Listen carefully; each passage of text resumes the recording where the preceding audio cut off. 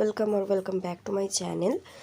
আজকে একটা পুজোর লুক তোমাদের সাথে শেয়ার করছি। দেখে বুঝতেই পারছো রেড অ্যান্ড হোয়াইট কম্বিনেশনে পুজোর অষ্টমীর সকালের একটা লুক তোমাদের সাথে শেয়ার করছি। খুব সিম্পল এবং হালকা মেকআপের উপর তোমাদের সাথে এই ভিডিওটা শেয়ার করব। যারা যারা খুব বেশি লাইট মানে হেভি মেকআপ পছন্দ করো না, লাইটের ওপর মেকআপ পছন্দ করো, তো তাদের জন্য আজকের ভিডিওটা। আর অ্যাকচুয়ালি আমি নিজেও যখন পুজোর জন্য বা কোনো ওকেশনে রেডি হই, তো নর্মালি এরকমভাবেই রেডি হই। তো চলো আজকের ভিডিওটা স্টার্ট করা যাক। অনেক বকবক করে ফেলেছি। প্রথমে দেখো আমি ইউজ করে নিয়েছি একটা টোনার ইউজ করেছি, যেটা খুবই একটা কি বলবো কম প্রাইসের মধ্যে একটা টোনার ইউজ করেছি হার্বাল ট্রির। তারপরে আমি ইউজ করেছি একটা সিরাম, যেটা হচ্ছে সুইস বিউটির গোল্ড সিরাম। ময়শ্চারাইজার তো তোমরা জানো অ্যাজ ইউজুয়াল আমি পন্ডসের যে সুপার লাইট জেল ময়শ্চারাইজারটা আছে, আমি গরমকালে ওটা ব্যবহার করতে বেশি পছন্দ করি।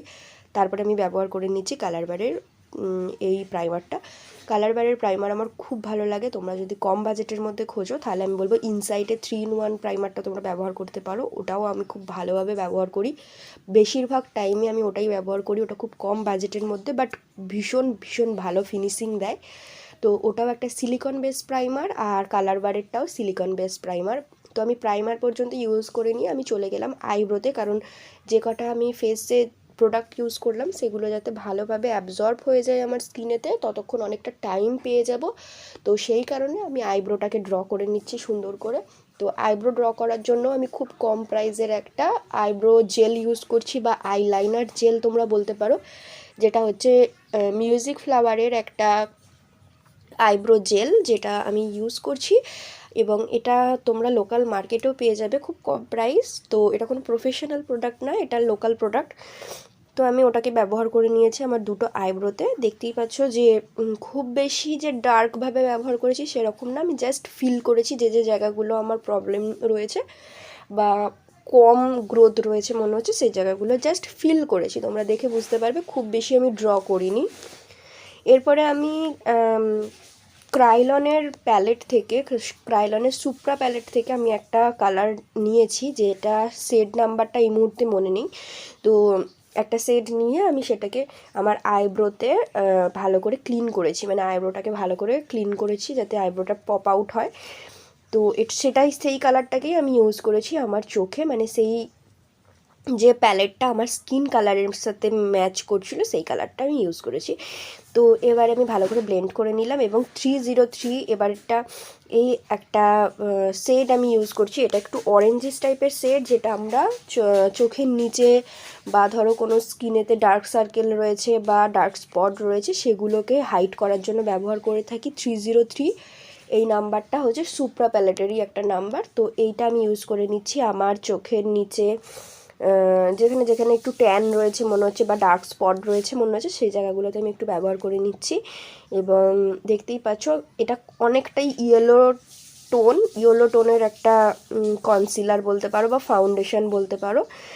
তো এটাকেই আমি আজকে অন্য কোনো কনসিলার প্যালেট বা অন্য কোনো ফাউন্ডেশন আমি ব্যবহার করব না। আজকে আমি ক্রাইলন প্যালেটটাকেই আমি বারবার ব্যবহার করব, যাতে তোমরা বুঝতে পারো যে ক্রাইলন প্যালেটটাকে আমরা কীভাবে ব্যবহার করতে পারি। তো এই সেটটা হচ্ছে আমার স্কিনের সেট, তোমরা দেখতে পেয়েছো একেবারে পারফেক্টলি আমার স্কিনের সাথে ম্যাচ করছে। সো এই কালারটাকে আমি ব্যবহার করেছি আমার ফাউন্ডেশনের মতো করে। তো তোমরা যদি ক্রাইলন প্যালেট ব্যবহার করো, এটা দিয়ে ব্রাইডালও করা যায়। ওকে, আমি কিন্তু এটা দিয়ে ব্রাইডাল করি। তো এটা খুব ভালো হাই কাভারেজ একটা ফাউন্ডেশন প্যালেট, তোমরা শীতকালে গরমকালেও ব্যবহার করতে পারো। তবে আমার মনে হয় এটা খুব বেশি ওয়াটারপ্রুফ ফিনিশ দেয় না, তো সে কারণে কিন্তু আলাদা টেকনিক ফলো করতে হয় ওয়াটারপ্রুফের জন্য। এটা যেহেতু আমি নর্মালি একটা লাইট ওয়েট মেকআপ করছি, তো এখানে আমি ওয়াটারপ্রুফ কোনো টেকনিক ব্যবহার করছি না। সিম্পলি আমার ফেসে ব্রাশের মাধ্যমে লাগিয়ে নিয়েছি এবং তারপরে ভালোভাবে বিউটি ব্লেন্ডার দিয়ে ব্লেন্ড করছি। তোমরা ব্রাশ দিয়েও ব্লেন্ড করতে পারো, কোনো প্রবলেম হবে না। আমি ব্রাশ দিয়েও কিছু কিছু সময় ব্যবহার করে ফেলি।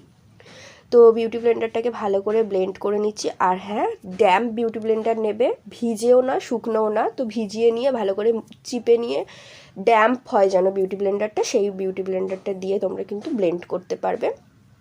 এরপরে দেখো ক্রাইলন প্যালেট থেকেই আমি একটা ডার্ক শেড নিয়েছি, সেট নাম্বার তোমাদের দেখিয়ে দিলাম।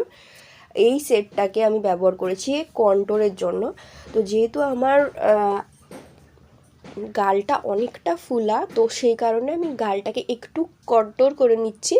এবং দেখতেই পাচ্ছ কন্ট্রোলটা কোন কোন পোর্শনে করছি, কীরকম টেকনিকে করছি, তোমাদেরও কিন্তু সেম এইভাবেই করতে হবে। আমি ওই জন্য কোনো রকম ফাস্ট ফরওয়ার্ড করিনি ভিডিওটা, তো যাতে তোমরা বুঝতে পারো। তো আমি কন্ট্রোলটাকে ভালো করে ব্লেন্ড করে নিচ্ছি। তো একদিকেরটা দেখিয়েছি, আর একদিকেও সেম এইভাবেই আমরা কন্ট্রোল করে থাকি। তো কন্ট্রোলটাকে ভালো করে ব্লেন্ড করে নিতে হবে, তার উপর কিন্তু পাউডার কন্ট্রোল করতে হবে। তোমাদের যদি মনে হয় তোমাদের হেভি কন্ট্রোলের প্রয়োজন নেই, তাহলে তোমরা জাস্ট পাউডার কন্ট্রোলও করতে পারো। এরপরে আমি একটা ইনসাইটের বানানা পাউডার ইউজ করে নিচ্ছি। এই বানানা পাউডারটা মানে লুজ পাউডার যে কোনো ধরনের তোমরা ব্যবহার করতে পারো, বাট ট্রান্সলুসেন্ট পাউডার একটু ফেয়ার স্কিনে ব্যবহার করবে, আর বানানা পাউডার ইউজ করবে মিডিয়াম টু ডার্ক স্কিনের জন্য। তো আমার মিডিয়াম টু ডার্কের মধ্যেই পড়ছে আমার স্কিন কালারটা, তো সে কারণে আমি বানানা পাউডারটাই বেশি চুজ করি। আমার যেহেতু অয়েলি স্কিন এবং আমার বিশেষ করে অয়েলি ভাবটা বোঝা যায় টি জোনে, মানে নাকের উপরে, কপালে, এই জায়গাগুলোতে আমি টি জোনটাকে ভালো করে চিপে চিপে পাউডারটাকে লাগিয়ে নিচ্ছি। খুব বেশি পাউডার দিয়ে রেখে দিলেও আবার হবে না, তো যতটুকু প্রয়োজন। দেখতে পাচ্ছ আমি একটু চোখের নিচটা বেশি করে দিয়েছি, কারণ চোখের নিচটাতে আমাদের রিঙ্কেল রয়েছে, ফেটে যেতে পারে কনসিলারটা বা ফাউন্ডেশন যেটা আমরা ব্যবহার করেছি, সেই কারণে চোখের নিচেটা একটু ভালো করে আমাদের পাউডার করতে হবে। এরপরে দেখো আমি পাউডার কন্ট্রোল করে নিচ্ছি, মানে যে ক্রিম কন্ট্রোল করেছি তার উপরে আমি পাউডার কন্ট্রোল করে নিচ্ছি। আর আমি এখানে ইউজ করছি সুগারের যে ফেস প্যালেটটা রয়েছে, ওটাতে তোমরা কন্ট্রোল, হাইলাইটার, ব্লাশ তিনটেই পেয়ে যাবে। তো এবারে আমি এখান থেকেই ব্লাশ ব্যবহার করছি, খুব কম প্রোডাক্ট ব্যবহার করেছি আজকে আমি। একটা প্রোডাক্ট নিয়েই যদি আমাদের অনেকগুলো কাজ হয়ে যায়, সেরকম ধরনের প্রোডাক্ট আমি চুজ করেছি এবং খুব কম প্রোডাক্ট ব্যবহার করেছি। তোমরা কিন্তু এই প্রোডাক্টগুলো ইউজ করলে কিন্তু তোমাদের খুব বেশি প্রোডাক্ট পারচেস করার দরকার হবে না। তো ওখান থেকেই সুগারের প্যালেট থেকেই তোমরা কিন্তু হাইলাইট করতে পারো, বাট আমি আজকে একটা নতুন প্রোডাক্ট তোমাদের সাথে শেয়ার করছি। এটা হচ্ছে হোজোর হাইলাইটার। এটা একটা পিঙ্ক হাইলাইটার এখন ট্রেন্ডে চলছে, সব ব্রাইডদেরও পিঙ্ক হাইলাইটার ইউজ করা হয়। সো সেই কারণেই আমি একটা পিঙ্ক হাইলাইটার ইউজ করছি, যেহেতু আমি নর্মালি পিঙ্ক হাইলাইটার ইউজ করি না। তো যাই হোক, একটা নতুন প্রোডাক্ট তোমাদের সাথে এটা শেয়ার করলাম। হোজোর হাইলাইটার বেশ ভালো এবং প্রফেশনাল, তোমরা চাইলে পারচেস করতে পারো, খুব সুন্দর এবং রেটটাও ঠিকঠাক আছে। তারপরে আমি ইউজ করেছি লাইনার। আজকে আমি কোনো রকম আই মেকআপ করছি না, কারণ একটা সকালের লুকে আমি খুব একটা আই মেকআপ পছন্দ করি না। তো যেহেতু সকালবেলা অষ্টমীর দিন অঞ্জলি দেওয়া হবে, তো খুব লাইট একটা মেকআপ করছি, বেস মেকআপ করেছি, অ্যান্ড আমি লাইনার পরে নিয়েছি। এরপরে ব্যবহার করছি মাস্কারার জন্য মেবলিনের মাস্কারা ইউজ করছি। মেবলিনের ওয়াটারপ্রুফ মাস্কারাটা কিন্তু খুব ভালো, মানে তোমরা যখন মাইসেলার ওয়াটার দিয়ে তুলবে তখনও উঠতে চাইবে না, বা ফেস ওয়াশ করলেও উঠতে চায় না। তো মাস্কারাটা কিন্তু ভীষণ ভালো।